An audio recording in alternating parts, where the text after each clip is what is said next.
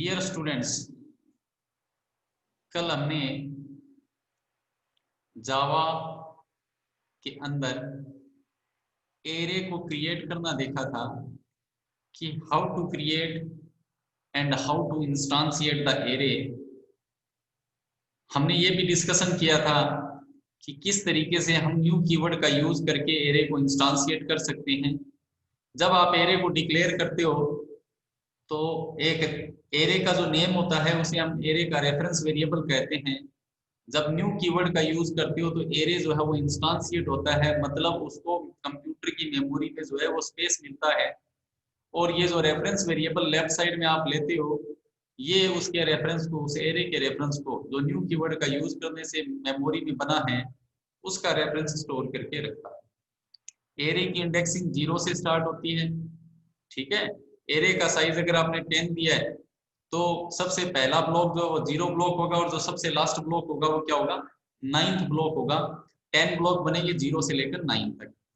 तो ये सारी चीजें हम थोड़ा बहुत जो हम डिस्कशन कर चुके हैं। कल मैंने आपको लेंथ प्रॉपर्टी भी बताई थी कि व्हाट इज लेंथ प्रॉपर्टी।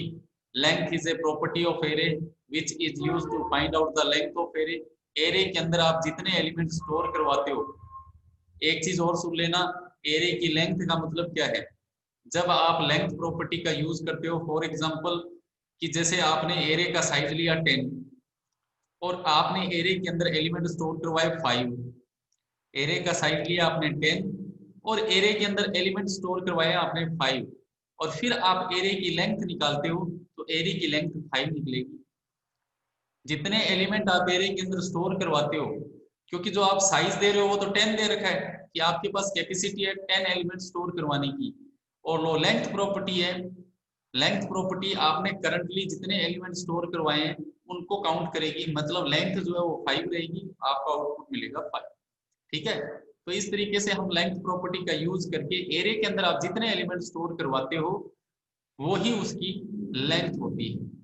ठीक है, साइज अलग होता है, साइज आप जो टोटल जो साइज दिया है वो, और लेंथ का मतलब है आपने जितने एलिमेंट एरे के अंदर करंट में स्टोर करवाए वो उसकी क्या होगी, लेंथ होगी। क्लियर है इतनी बात। अब आगे हम यस सर। हाँ, और इसको आगे बढ़ाते हैं, थोड़ा और इसके बारे में जानकारी लेंगे अपने। तो इसमें मैं आगे स्टार्ट करता हूं कि हम डिक्लेरेशन, कल हमने क्या किया था कि सबसे पहले हमने एरे को डिक्लेयर किया इस तरीके से, आपने एरे को डिक्लेयर किया था और आपने ये कहा था कि ये एरे डिक्लेयर हो गया जहां पर ए डबल आर क्या है, एक रेफरेंस वेरिएबल है। A double R is a reference variable, this is declaration of array. ये क्या था, डिक्लेरेशन ऑफ एरे।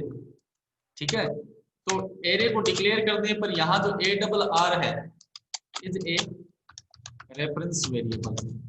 ये रेफरेंस वेरिएबल क्या करेगा, जो न्यू कीवर्ड का यूज करने से जब आप एरे को इंस्टांशिएट करोगे तो एरे को कंप्यूटर के अंदर मेमोरी मिलेगी, और उस मेमोरी का रेफरेंस जो है ये ए डबल आर नाम का जो रेफरेंस वेरिएबल है वो स्टोर करके रखेगा। This is declaration of array.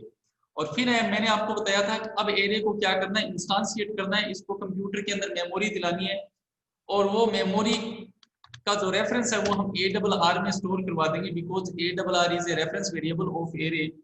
अब एरे को मेमोरी कैसे मिलेगी, न्यू, फिर एरे का डेटा टाइप और फिर एरे का साइज। जैसे सपोज करो मैंने साइज दे दिया 10, इसका मतलब मेमोरी में अब इंटीजर टाइप के 10 ब्लॉक बन गए और उनका रेफरेंस किस में स्टोर हो गया, ए डबल आर में स्टोर हो गया।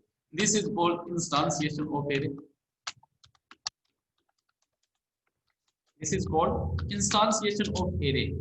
ठीक है, इसमें क्या कर रहा है, array hold the A double R जो है reference variable, A double R reference variable hold the reference of array of size 10। जो 10 साइज का आपने एरे ले रखा है, जो मेमोरी ब्लॉक है उनका रेफरेंस जो है वो ARR स्टोर करके, this is instantiation of array. और फिर हम क्या कर रहे थे कि जब आप एरे को मेमोरी बन गई, मिल गई, 10 ब्लॉक मेमोरी बन गई, तो सबसे पहला ब्लॉक जो है उसको 0 ब्लॉक कहेंगे, जो सबसे लास्ट ब्लॉक है उसको 9th ब्लॉक कहेंगे। तो इसे हम 0 1 2 3 ये जो न्यूमेरिक नंबर देते हैं ब्लॉक को, इसे हम एरे के इंडेक्स नंबर कहते हैं। सबसे पहला ब्लॉक जो है उसको 0 इंडेक्स मिलेगा, सेकंड ब्लॉक को 1 इंडेक्स, इसी तरीके से जो 10वां ब्लॉक है उसको 9th इंडेक्स नंबर मिलेगा। और फिर हम क्या कर रहे थे कि इस रेफरेंस वेरिएबल का नाम लिख रहे थे और ब्रैकेट के अंदर क्या लिख रहे थे, इंडेक्स नंबर के थ्रू हम उसमें वैल्यू डाल रहे थे। ये काम हम कर रहे थे। This is initialization of array, this is initialization of array. Initialization का मतलब है एरे के अंदर जब आप वैल्यू स्टोर करवाते हो, एरे को वैल्यू देते हो, तो ये क्या हो गया, इनिशियलाइजेशन हो गया। तो आप देख रहे हो कि यहाँ पर आपने एरे को डिक्लेयर किया, यहाँ पर आपने एरे को इंस्टांशिएट किया, मतलब एरे को मेमोरी दी और उसका रेफरेंस आपने रेफरेंस वेरिएबल में स्टोर करवाया, और यहाँ पर एरे को आप क्या कर रहे हो, इनिशियलाइज कर सकते हो। तो ये तीनों काम, एरे डिक्लेरेशन, एरे का इंस्टांशिएशन और एरे इनिशियलाइजेशन, ये तीनों काम हम एक ही जगह पर कर सकते हैं। ये तीनों काम हम क्या कर सकते हैं, एक ही जगह पर कर सकते हैं। एक जगह कैसे होंगे, इसको समझने के लिए मैंने यहाँ पर इसको क्लियर किया कि हम ये तीनों काम जो है वो एक ही जगह पर कैसे कर सकते हैं, कि declaration, instantiation and initialization of array. क्या लिख रहा हूं मैं, declaration, instantiation and initialization of array, initialization of array. हम तीनों काम declaration, instantiation and initialization of array, अगर हम इन तीनों को एक ही जगह पर करना चाहें तो कैसे करेंगे। जैसे सपोज करो मैंने यहाँ पर डेटा टाइप लिया और फिर एरे वेरिएबल का नाम लिया।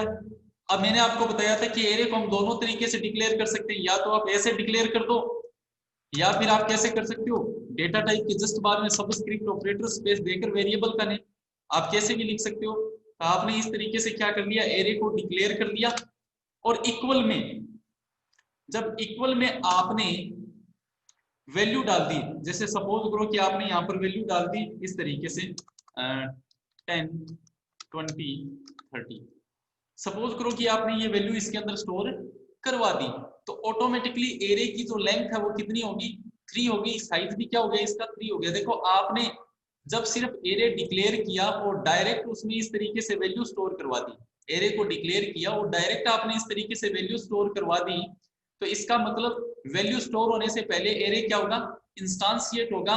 मतलब जब आप इस प्रोग्राम को कंपाइल करोगे तो सबसे पहले क्या होगा, जब इस प्रोग्राम को कंपाइल किया जाएगा तो सबसे पहले ये देखा जाएगा कि कितने वैल्यू स्टोर करवा रहे हो, 3 वेरिएबल वैल्यू स्टोर करवा रहे हो, तो ऑटोमेटिकली डिक्लेरेशन के बाद में क्या होगा, 3 ब्लॉक जो है वो मेमोरी में क्रिएट हो जाएंगे, और मेमोरी में क्रिएट होने के बाद में ये 3 वैल्यूज है उसमें स्टोर हो जाएगी, मतलब इंस्टांशिएशन और इनिशियलाइजेशन एक साथ हो जाएगा। और फिर हम इसको क्या करवा सकते हैं, प्रिंट करवा सकते हैं। तो यहाँ पर डिक्लेरेशन भी हो रहा है, इनिशियलाइजेशन भी हो रहा है, इंस्टांशिएशन एंड इनिशियलाइजेशन तीनों जो है हम वन प्लेस पर कर रहे हैं। सिंपली अगर हम इसका एग्जांपल देखना चाहें तो हम इसका एग्जांपल दे सकते हैं। जैसे एग्जांपल के तौर पर आपने, जैसे मैंने यहाँ पर एक क्लास ले ली टेस्ट नाम से, ठीक है, तो इस तरीके से मैं इसके अंदर जो मेन मेथड ले लेता हूँ,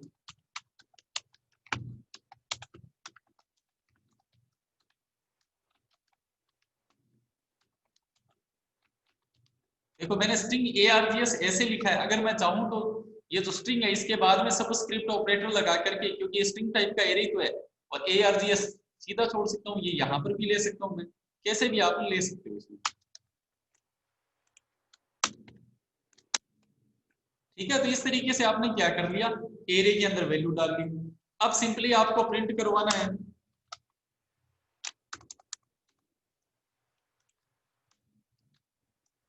आप इंटीजर टाइप का वेरिएबल ले लो, i is equal to 0 index.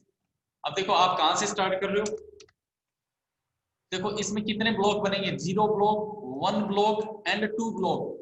ठीक है, तो आप यहाँ पर i इज इक्वल टू 0 जब तक i less then ARR dot length. ARR dot length लिखने का मतलब है एरे का रेफरेंस वेरिएबल का नेम है ARR डॉट लेंथ का मतलब है ये क्या देगा, जितने एलिमेंट आपने स्टोर करवा रखे हैं। कितने एलिमेंट स्टोर करवा रखे हैं, 3। तो इसका मतलब i इज इक्वल टू 0 से लूप स्टार्ट होगा, कब तक चलेगा, जब तक i लेस देन 3 है तब तक लूप चलेगा, and i plus plus. Simply अब हम क्या करेंगे, इसको प्रिंट करवा देंगे।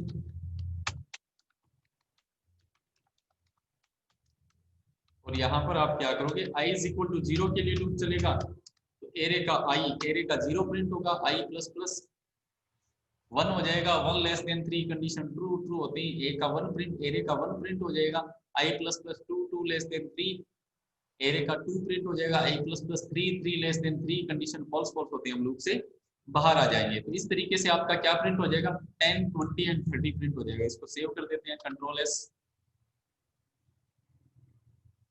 जावा अंडरस्कोर प्रोग्राम डी ड्राइव के अंदर टेस्ट डॉट जावा। अब हम इसको कंपाइल करवा लेते हैं।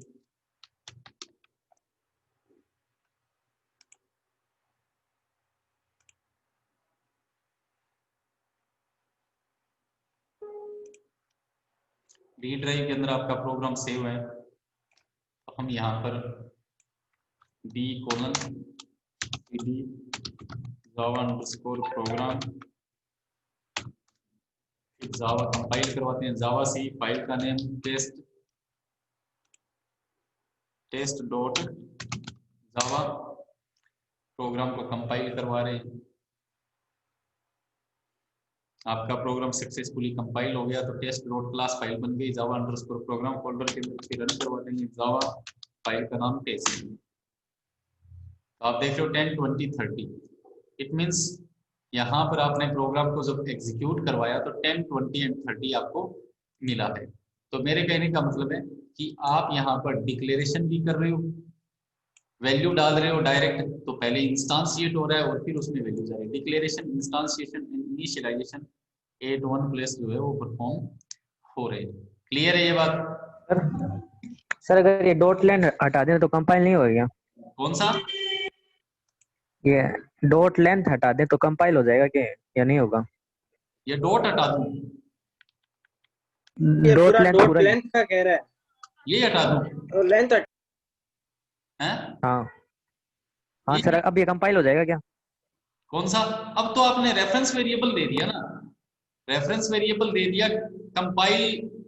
देखो आपने रेफरेंस वेरिएबल दिया, इसका मतलब इस ARR के अंदर कोई न कोई रेफरेंस तो स्टोर हुआ ही है, कोई न कोई एड्रेस तो स्टोर हुआ ही है।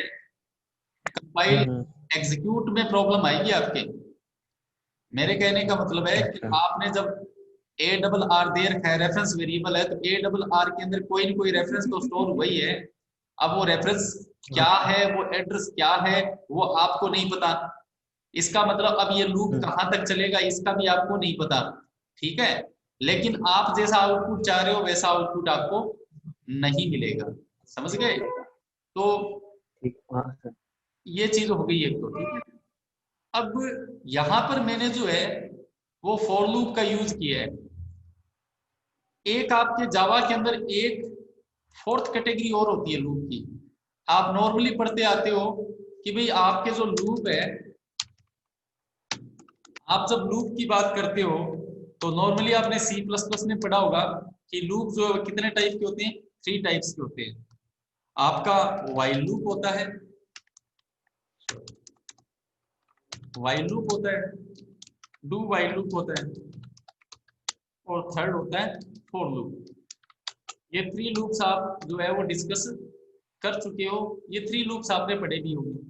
लेकिन जावा के अंदर जो लूप है वो 4 टाइप के होते हैं, और एक लूप इसमें और होता है, और वो लूप होता है, हालांकि यूज तो आप 4 कीवर्ड यूज करोगे, लेकिन हम इसको कहेंगे, आप इसको कह सकते हो इनहेंस्ड फॉर लूप। क्या कहेंगे इसको? इनहेंस्ड फॉर लूप, या फिर इसको कह सकते हैं हम फॉर ईच लूप। जावा के अंदर जो है वो एक थर्ड कैटेगरी होती है लूप की, जिसे हम इनहेंस्ड फॉर लूप भी कह सकते हैं या फिर आप इसको फॉर ईच लूप भी कह सकते हो। अब ये जो थर्ड कैटेगरी है इसकी अगर मैं बात करूं कि भाई ये इनहेंस्ड फॉर लूप क्या काम आता है, तो आप सिंपली ये कह सकते हो specially used in case of array. जब आप एरे का यूज करते हो तो इसका स्पेशली आप यूज करते हो, एरे के केस में हम इसका स्पेशली यूज करेंगे, ठीक है। और इसका फायदा क्या है, इसमें जो है वो ना तो आप जैसे फॉर लूप का अगर आप यूज करते हो तो उसमें क्या होता है इंक्रीमेंट डिक्रीमेंट लगाते हो और कंडीशन स्टेटमेंट भी लगाते हो। जैसे आप अगर देखो इसमें, आप इसमें क्या कर रहे हो, लूप में क्या कर रहे हो, इनिशियलाइजेशन भी कर रहे हो और आप इसमें कंडीशन भी लगा रहे हो और आप इसमें इंक्रीमेंट भी कर रहे हो, तीन काम हो रहे हैं ना। आपको इनहेंस्ड फॉर लूप में इन सब की रिक्वायरमेंट नहीं होती है, ठीक है। अब अगर मैं इस इनहेंस्ड फॉर लूप के सिंटेक्स की बात करूं कि भाई किस तरीके से आप इनहेंस्ड फॉर लूप का यूज करोगे, तो सिंपली इसमें क्या होता है, फॉर कीवर्ड का यूज होता है। क्या यूज करते हैं, एफ ओ आर, जैसे फॉर लूप में यूज करते हैं वैसे इसमें भी क्या होगा, फॉर ईच लूप या इनहेंस्ड फॉर लूप में भी हम फॉर कीवर्ड का यूज करेंगे। और इसके अंदर सबसे पहले तो मैंने अभी आपको कहा कि एरे के केस में इसका नॉर्मली हम यूज करते हैं, एरे के केस में हम नॉर्मली इसका क्या करते हैं, यूज करते हैं। तो जैसे आपने फॉर कीवर्ड यूज कर लिया, उसके बाद में जिस एरे की आप वैल्यू फेच करना चाहते हो उस एरे का क्या आ जाएगा, डेटा टाइप आ जाएगा। फिर आप कोई वेरिएबल नेम लोगे, फिर आप कॉलन लगाओगे और फिर आप एरे वेरिएबल का नेम लोगे, जो रेफरेंस वेरिएबल है ना एरे वेरिएबल, उसका नाम लोगे और इस तरीके से आप क्या करोगे, वैल्यू को फेच कर लोगे। तो मेरे कहने का मतलब यहां पर ये जो आपने वेरिएबल लिया है, तो यहां पर जो डेटा टाइप है, ये डेटा टाइप आपको किसका लेना है, एरे का लेना है। एरे आपने जिस टाइप का ले रखा है वो डेटा टाइप भी उसी टाइप का होगा। अब ये एक्चुअल में लूप करेगा क्या, हर बार जब ये लूप चलेगा तो ये क्या करेगा, एरे से सबसे पहले जैसे जैसे ये लूप स्टार्ट होगा तो सबसे पहले जीरो इंडेक्स वाली जो वैल्यू है वो उठाएगा और इस वेरिएबल के अंदर डाल देगा, ठीक है। अब आपने यहाँ पर इस वैल्यू के साथ जो भी कर रखा है वो प्रिंट हो जाएगा। अगली बार लूप चला तो अगली इंडेक्स वाली जो वैल्यू है, वन इंडेक्स वाली वैल्यू उठाएगा और इस वेरिएबल के अंदर डाल देगा, फिर टू इंडेक्स वाली वैल्यू उठाएगा इस वेरिएबल के अंदर डाल देगा। तो हर बार आपको क्या करना है, वेरिएबल को जब आप प्रिंट कराओगे तो आपका जब लूप चलेगा तो पहले जीरो इंडेक्स, फिर वन इंडेक्स, फिर two index, three index, four index and so on, value एक एक करके जैसे जैसे लूप चलेगा वैसे वैसे एक एक वैल्यू उठ करके वेरिएबल में आती चली जाएगी। फॉर एग्जाम्पल अगर मैं मान लो इसकी बात करता हूँ और मैंने यहाँ पर फॉर ईच लूप लगा दिया, सपोज करो यहाँ पर मैं इसको कमेंट बना देता हूँ यहाँ पर,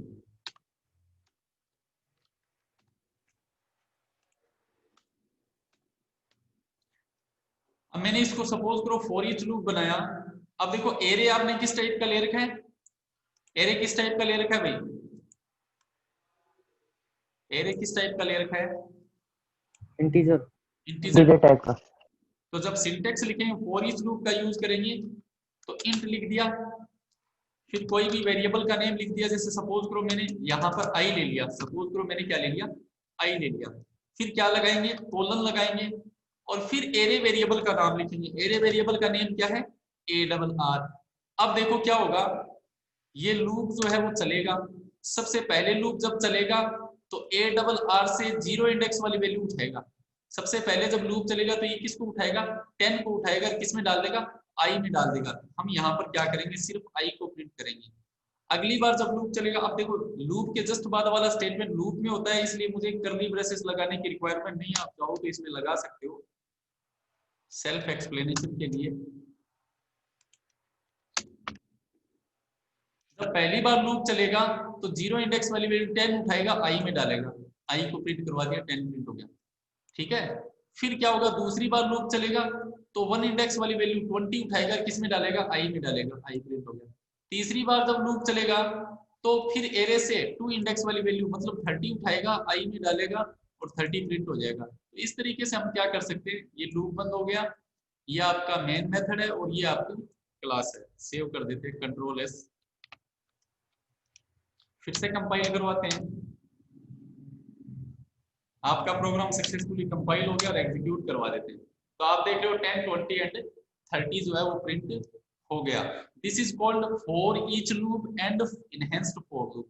अगर आपको ये पूछ ले what is the difference between traditional for loop and for each loop या फिर इनहेंस्ड फॉर लूप, तो सिंपली आप ये कहोगे कि आपका जो फॉर ईच लूप है इस वो स्पेशली हम एरे के केस में यूज करते हैं, एरे को ट्रावर्स करवाने के लिए यूज करते हैं। दोनों में डिफरेंस ये है कि आपका जो फॉर लूप है उसमें आपको इनिशियलाइजेशन, कंडीशन चेकिंग और इंक्रीमेंट डिक्रीमेंट ये 3 ऑपरेशंस परफॉर्म करने पड़ते हैं, जबकि आपको फॉर ईच लूप में ऐसा नहीं करना पड़ता। ठीक है, दोनों के लिए ही आप फॉर और फॉर ईच दोनों के लिए ही फॉर कीवर्ड का आप यूज करते हो। क्लियर है, यस और नो? Yes sir. कोई यस सर। डाउट इसमें पूछो, कोई डाउट है तो।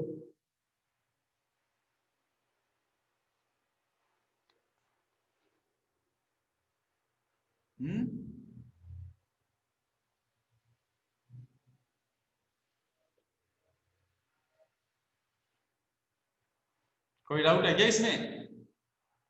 No sir. No sir. No sir. आगे बढ़ूं? Yes sir. ओके, देखो इतना जानने के बाद में अब हम देखेंगे कि आप किसी एरे को किसी मेथड के अंदर किस तरीके से पास कर सकते हो। भाई आपको मान लो एरे है और एरे को किसी मेथड के अंदर पास करना पड़े तो आप किस तरीके से पास करोगे। तो अगला जो टॉपिक है वो है आपका passing array to a method. Passing array to a method in Java. आप एरे को मेथड के अंदर किस तरीके से पास कर सकते हो। ठीक है, आप एरे को मेथड के अंदर किस तरीके से पास कर सकते हो। तो इसको सिंपल समझने के लिए मैं यहाँ पर एक सिंपल एग्जांपल ले लेता हूँ।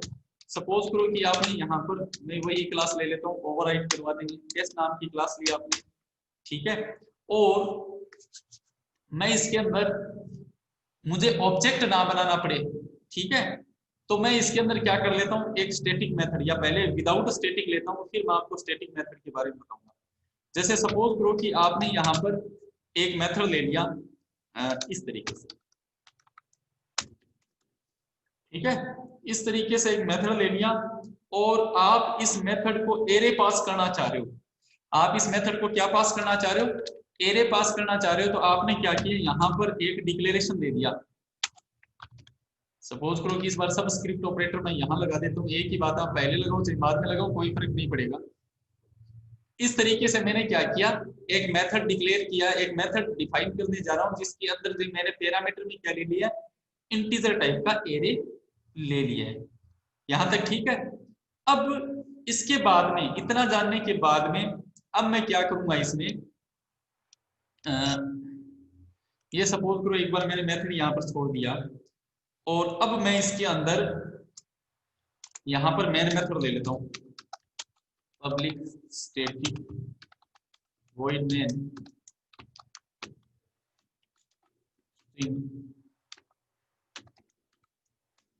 इस तरीके से मैंने क्या किया, यहां पर मैन मेथड ले लिया। ठीक है, और आप देख रहे हो ये टेस्ट नाम की क्लास है और टेस्ट नाम की क्लास के अंदर डेमो नाम का एक मेथड है जिसके अंदर इंटीजर टाइप का एरे मैंने एज ए पैरामीटर ले रखा है, सिर्फ डिक्लेयर किया। अभी ये सिर्फ डिक्लेयर हुआ है। ठीक है, ये सिर्फ क्या हुआ है, डिक्लेयर हुआ है, इंस्टांशिएट आपने नहीं किया है, ना ही इसको इनिशियलाइज किया है।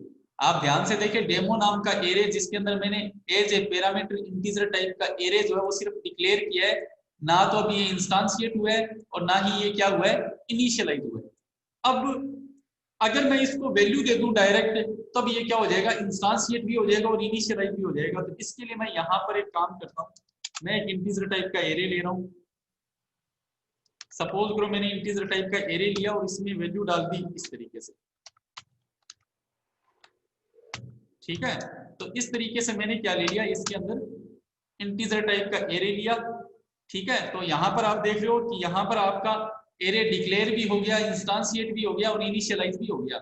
यहाँ पर मैंने एक रेफरेंस वेरिएबल लिया है ए। ठीक है। और इस तरीके से मैंने एरे ले लिया जिसको इनिशियलाइज भी कर दिया, इंस्टांशिएट भी हो गया और ये डिक्लेयर भी हो गया, सारा काम हो गया इसमें। अब मैंने क्या किया, मुझे इस मेथड को कॉल करना है, मुझे इस डेमो नाम के मेथड को कॉल करना है, तो मुझे क्या करना पड़ेगा, इस क्लास का ऑब्जेक्ट बनाना पड़ेगा, इस क्लास का ऑब्जेक्ट बनाना पड़ेगा। Test t is equal to new test. इस तरीके से मैंने ऑब्जेक्ट बनाया। ऑब्जेक्ट बनाते ही क्लास का डिफॉल्ट कंस्ट्रक्टर कॉल होगा। आपने इसके अंदर कोई कंस्ट्रक्टर नहीं लिया तो by default default constructor automatically call हो जाएगा। ठीक है, अब ऑब्जेक्ट बना लिया, इस ऑब्जेक्ट के थ्रू t डॉट डेमो, और मैं यहां पर जो रेफरेंस वेरिएबल a है, ये रेफरेंस वेरिएबल इंटीजर टाइप का एरे है, तो ये a जो है वो एरे का क्या है, रेफरेंस वेरिएबल है, इंटीजर टाइप का रेफरेंस वेरिएबल a वो मैंने पास कर दिया। जैसे यहाँ पर इस ऑब्जेक्ट के थ्रू, ठीक है, इस मैंने डेमो को कॉल किया तो डेमो क्या लेकर गया, इंटीजर टाइप का एरे लेकर गया। यहाँ पर भी इंटीजर टाइप का रेफरेंस वेरिएबल क्या है, ARR है, और यहाँ पर a भी क्या है, इंटीजर टाइप का एरे का रेफरेंस वेरिएबल a है। तो जैसे ही मैं डेमो को कॉल करूंगा तो ये a जो है, a के अंदर किसका रेफरेंस है, a एक एरे रेफरेंस वेरिएबल है जिसके अंदर 10, 20 और 30 का क्या है, रेफरेंस है। तो ये जब a जो है वो कॉपी कॉल होगा, डेमो कॉल होगा, तो ये जो a है वो इस रेफरेंस वेरिएबल के अंदर स्टोर हो गया। एक तरीके से ये a जो है वो किसके अंदर कॉपी हो गया, ARR के अंदर कॉपी हो गया। इसका मतलब जो चीजें a के अंदर थी वो किसके अंदर आ गई, ARR के अंदर यहाँ पर आ गई। अब सिंपली हम क्या करेंगे, यहाँ पर जब यहाँ पर आ गई तो हम क्या करते हैं, यहाँ पर एक लूप चला देते हैं। ठीक है, और यहाँ पर एरे वेरिएबल का नेम क्या है, देखो यहाँ पर तो कौन यूज होगा, इस ब्लॉक के अंदर तो देखो डेमो के अंदर तो सिर्फ ARR यूज होगा। तो इस तरीके से हमने क्या किया, लिया ये, और यहाँ पर system dot out dot println, और किसको प्रिंट करवाया, आई को प्रिंट करवा दिया। तो आप देख रहे हो जब एक की पूरी इंफॉर्मेशन किसके पास चलेगी, ARR के पास चली गई, तो एक तरीके से ये ARR किसको रिप्रेजेंट कर रहा है, a को ही रिप्रेजेंट कर रहा है। तो यहाँ पर सबसे पहले ARR से पहली वैल्यू उठेगी i, इसका मतलब पहली वैल्यू कौन सी उठेगी, 10 उठेगी, किस में जाएगी, i में, i को प्रिंट करवा दिया 10। फिर अगली वैल्यू 20 उठेगी, i भी जाएगी 20, और फिर 30 उठेगी, 30 जाएगी और 30 प्रिंट हो जाएगा। तो इस तरीके से हम क्या कर सकते हैं, मैं इसको सेव कर देता हूँ, कंट्रोल एस,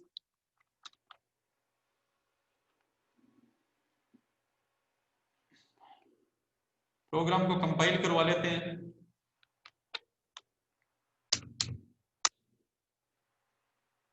आपके प्रोग्राम में एरर आ रही है सेमीकोलन, यहां देखो आपने सेमीकोलन नहीं लगाया है, कंट्रोल एस, आपने प्रोग्राम को कंपाइल किया, यहां पर एरर आ रही है। एरर क्या आ रही है, passing array to a method in Java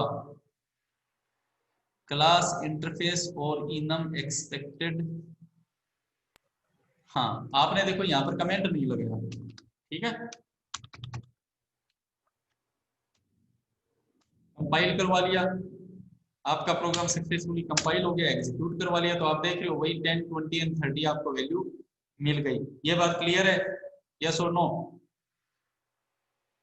yes sir. Yes sir. Okay, अब देखो मैंने यहाँ पर क्या बनाया, नॉन स्टैटिक मेथड बनाया है। यहाँ पर मैंने क्या बनाया, ये जो मेथड है इसमें स्टैटिक कीवर्ड का यूज नहीं किया, तो इसका मतलब ये एक नॉर्मल मेथड है, एक नॉन स्टैटिक मेथड है। आपने इसमें स्टैटिक कीवर्ड का यूज नहीं किया, इसका मतलब ये क्या है, एक नॉन स्टैटिक मेथड है। तो आप इसमें क्या कर सकते हो, स्टैटिक कीवर्ड का अगर यूज कर दोगे, जैसे सपोज करो मैंने इसको क्या बना दिया, स्टैटिक बना दिया।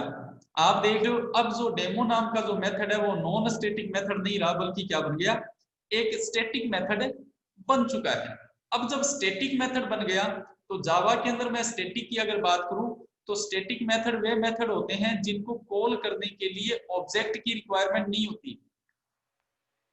स्टैटिक मेथड वे मेथड होते हैं जिनको कॉल करने के लिए ऑब्जेक्ट की रिक्वायरमेंट नहीं होती। जावा के अंदर स्टैटिक मेथड अगर उसी क्लास में एक्सेस हो रहे हैं, जावा के अंदर अगर स्टैटिक मेथड उसी क्लास में एक्सेस हो रहे हैं तो आपको कुछ भी देने की रिक्वायरमेंट नहीं है, सिर्फ मेथड का नाम देना है, सिर्फ मेथड का क्या देना है, नाम देना है। और अगर स्टैटिक मेथड उस क्लास में एक्सेस न होकर के दूसरी क्लास में एक्सेस कर रहे हो तब आपको क्लास का नेम लगाकर डॉट ऑपरेटर लगाकर देना पड़ता है। जैसे फॉर एग्जांपल इस बार मैंने स्टैटिक मेथड बना दिया, इसको डेमो एक स्टैटिक मेथड है, तो अब मुझे इस ऑब्जेक्ट की रिक्वायरमेंट नहीं है, इस ऑब्जेक्ट को मैं यहां से हटा देता हूं। अब देखो मैं दोनों ही चीजें बता देता हूं कि स्टैटिक मेथड वैसे नॉर्मली कैसे कॉल होते हैं, क्लास के नेम के साथ डॉट ऑपरेटर लगाकर। क्लास का नेम क्या है, टेस्ट, क्लास का नेम टेस्ट डॉट डेमो और मैंने ए पास कर दिया, इसका मतलब डेमो नाम का मेथड कॉल होगा कौन सी क्लास का, टेस्ट का। क्लास का नेम दिया, डॉट ऑपरेटर लगाया, स्टैटिक मेथड का नेम लिख दिया, कंट्रोल एस, कंपाइल करवाया और एग्जीक्यूट करवाया। तो आप देख रहे हो ये आपका प्रोग्राम एग्जीक्यूट हो गया।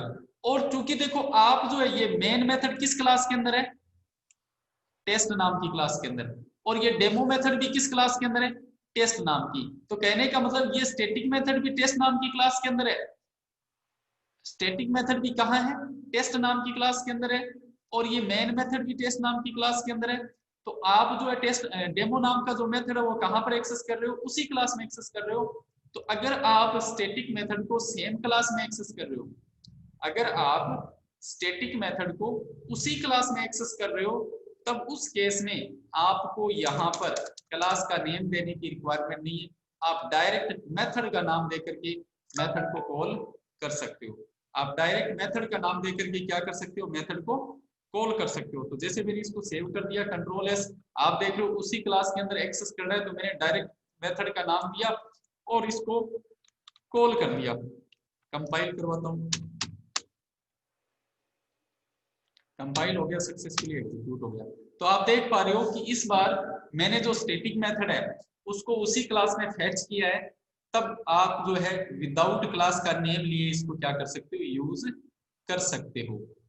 ये बात क्लियर है, यस और नो? Yes sir.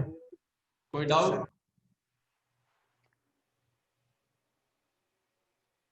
कोई डाउट है क्या इसमें?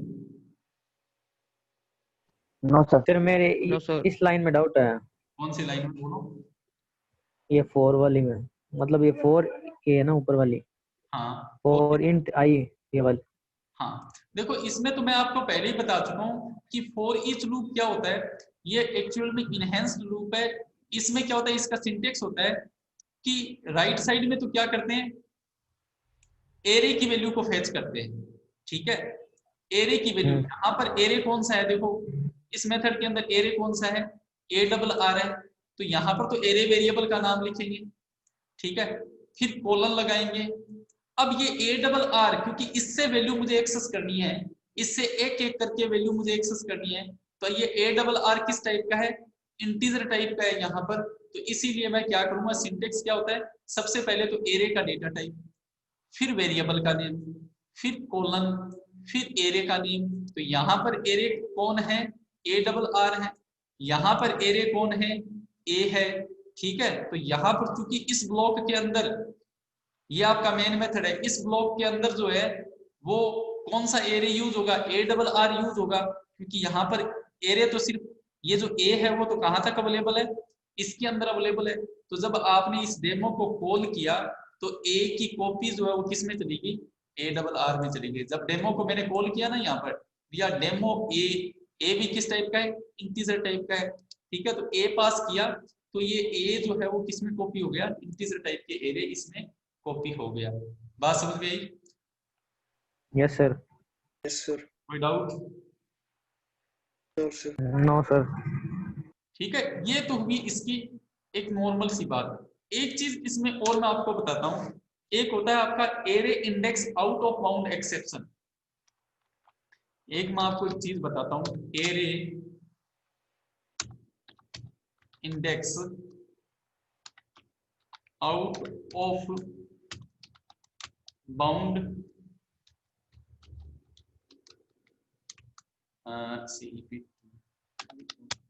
Array index out of bound exception, array index out of bound exception, ठीक है, array index out of bound exception, ये एक तरीके की एक एक्सेप्शन होती है, एक रन टाइम एरर होती है।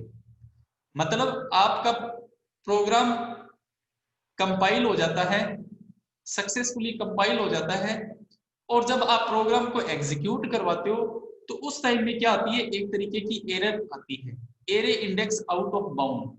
इसका मतलब जब एरे कि आप बाउंड्री से या एरे की हद से जब बाहर चले जाते हो तब इस तरीके की क्या आती है, एक्सेप्शन आती है। अब ये क्यों आती है इसके बारे में मैं थोड़ी सी जानकारी दे देता हूं कि भी ये एक्सेप्शन या ये एरर जो है, इस टाइप की error, array index out of bound exception, ये क्यों आती है, इसकी वजह क्या है। सबसे पहली वजह हो सकती है, अगर हम देखें नॉर्मली, कि अगर आपने एरे की लेंथ जो है वो नेगेटिव ले रखी है, if length of array is negative, अगर आपने एरे की लेंथ क्या ले रखी है, नेगेटिव ले रखी है, पॉजिटिव नहीं लेकर के नेगेटिव ले रखी है, तब array index out of bound exception आ सकती है। दूसरी बात, अगर आपने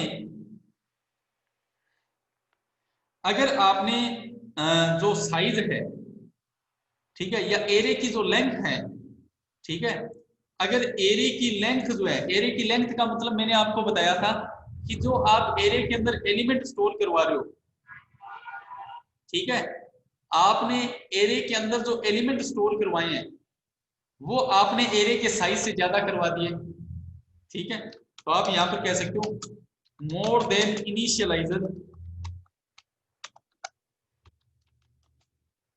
then array size, more than initializer than array size. अगर आपने एरे के साइज से ज्यादा, एरे का साइज 10 है और आपने उसके अंदर एलिमेंट कितने स्टोर करवा दिए, 20 स्टोर करवा दिए, ठीक है, आपके एरे का साइज 10 है, 10 एलिमेंट स्टोर करवाने की कैपेसिटी है, और आपने उसके अंदर क्या स्टोर करवा दिए, 11 स्टोर करवा दिए, 12 स्टोर करवा दिए, तब ये array index out of bound exception की एरर आती है, ठीक है। अब इसको समझने के लिए मैं यहाँ पर एक एग्जांपल ले लेता हूँ, आपकी ये बात ज्यादा क्लियर हो जाएगी। इसको कमेंट बना देते हैं,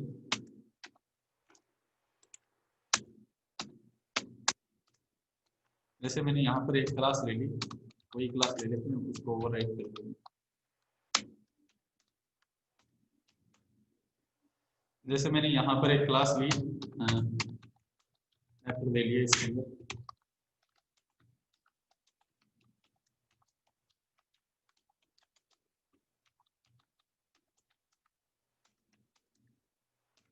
ठीक है, इस तरीके से एक मेथड ले लिया। अब मैंने एक इंटीजर टाइप का एरे लिया इसमें,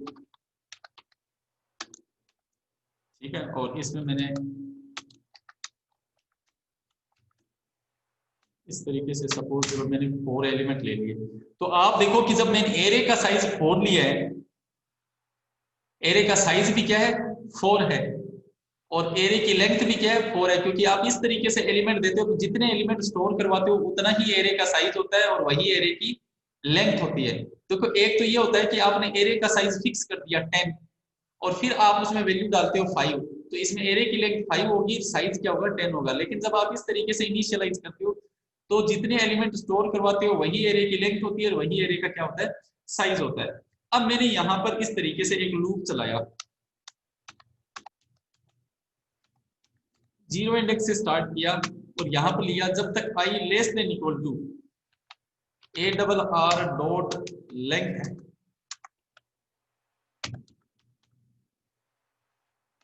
और ये i प्लस प्लस, इस तरीके से मैंने क्या किया, यहाँ पर एक लूप चला दिया और फिर मैं इसको प्रिंट करवा देता हूँ सिस्टम, यहाँ पर मैं प्रिंट करवाता हूँ इसको, ठीक है, इसको सेव करता हूँ, कंपाइल करवाता हूँ और एग्जीक्यूट करवाता हूँ। मैंने इसको कंपाइल कर दिया, सक्सेसफुली कंपाइल हो गया, एग्जीक्यूट करवाता हूँ, सॉरी ये तो कंपाइल हुआ, एग्जीक्यूट। आप देख रहे हो इसमें क्या आ रही है, आप अगर ढंग से देखोगे तो इसमें देखोगे एक्सेप्शन इन थ्रेड मेन। अब ये मेन जो मेथड है इसको थ्रेड क्यों कर रहा है, ये हम थ्रेडिंग वाला टॉपिक आएगा उसमें डिस्कस करेंगे, मल्टी थ्रेडिंग प्रोग्रामिंग हम पढ़ेंगे अलग से। एक्सेप्शन इन थ्रेड में क्या दे रहा है, जावा डॉट लैंग, इसका मतलब ये पैकेज का नाम बताया, जावा डॉट लैंग नाम का पैकेज है। उस पैकेज के अंदर array index out of bound exception for, ये कह रहा है कि ये जो array index out of bound exception है ये एक क्लास का नेम है। ये क्या है, एक क्लास का नेम है। तो ये array index out of bound exception आ रही है, ठीक है, किसके अंदर, टेस्ट डॉट मेन के अंदर आ रही है। और कितने नंबर लाइन में आ रही है, 12 नंबर लाइन में आ रही है।